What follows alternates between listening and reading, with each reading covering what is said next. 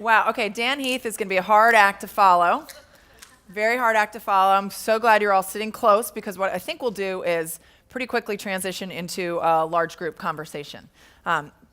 Luckily, although he is a hard act to follow, I have three very dynamic state leaders here with me. Just to my left, Superintendent Kathryn Matayoshi from Hawaii. To her left, Mitchell Chester from Massachusetts. And to his left, Janet Barresi, State Superintendent from Oklahoma. So what we thought we'd do today in this session, which will run right up until noon, so it's a little bit compressed, is to really focus in on making the change. What are these state leaders doing to actually operationalize what Dan just talked about? And I'd like to start with giving you an opportunity to just talk about your transition strategy. How are you transitioning to a whole new set of standards, a new assessment in 2014-15? What will that look like over that time period? And then what specifically, if you're thinking about shrinking the change and focusing in, what will that look like in the next year? And how will you know that you're successful? What will it look like at the state level, and what will it look like at the school level? So I'm going to start, I'm going to go all the way down to Janet and start and come back this way. Janet, tell us about what's going on in Oklahoma.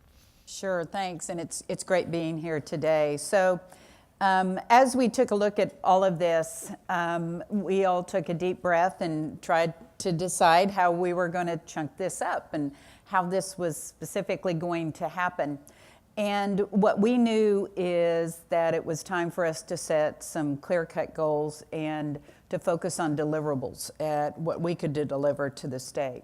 And we call that our C3 2020 plan.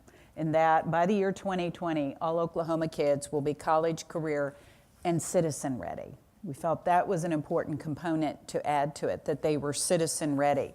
And so we have developed a series of 7 goals. 5 of them are stair-step goals: readiness for kindergarten, readiness for 4th grade, and so on, until the student is C3 ready by the time they graduated from high school. As well as that, we felt it was important to focus on teacher and leader effectiveness and how important it was to have an effective teacher in every classroom. And then STEM. STEM is very important to our state in developing STEM initiatives, getting more kids into the STEM pipeline in Oklahoma. So as we do that, we're developing specific goals, timeline for meeting those goals, and the way that we're going to do that. And of course, if you're going to do all of this, the main thing is to focus on teacher effectiveness in the classroom. So that's how we've brought it down and how we've really focused it down. And so the vast majority of our work this year and next year is around using all these strategies to create an effective teacher in every single classroom.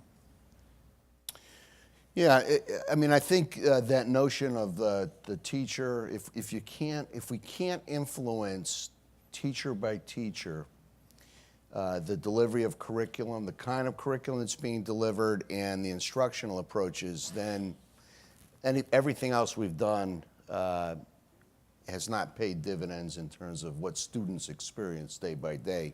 So I think I think about that in exactly the same way. And just to highlight a couple of dimensions of what we're working on in Massachusetts. One is trying to link, again, toward that end, toward that goal of having an excellent teacher, an effective teacher in every classroom. We're trying to link our new teacher evaluation approach with the implementation of our new curriculum frameworks. The curriculum frameworks incorporate the Common Core state standards, and what we're trying to do is make sure that those two initiatives, aligning local curriculum with the new state frameworks and implementing new approaches to teacher evaluation, are aimed at one and the same thing. That the goals around around the teacher evaluation process, around individual teacher goal setting. We're allowing group goal setting, could be a school-wide goal, could be a grade level team goal, needs to be focused on an area of the curriculum frameworks that currently are not being well implemented in schools. So we're really pushing that notion.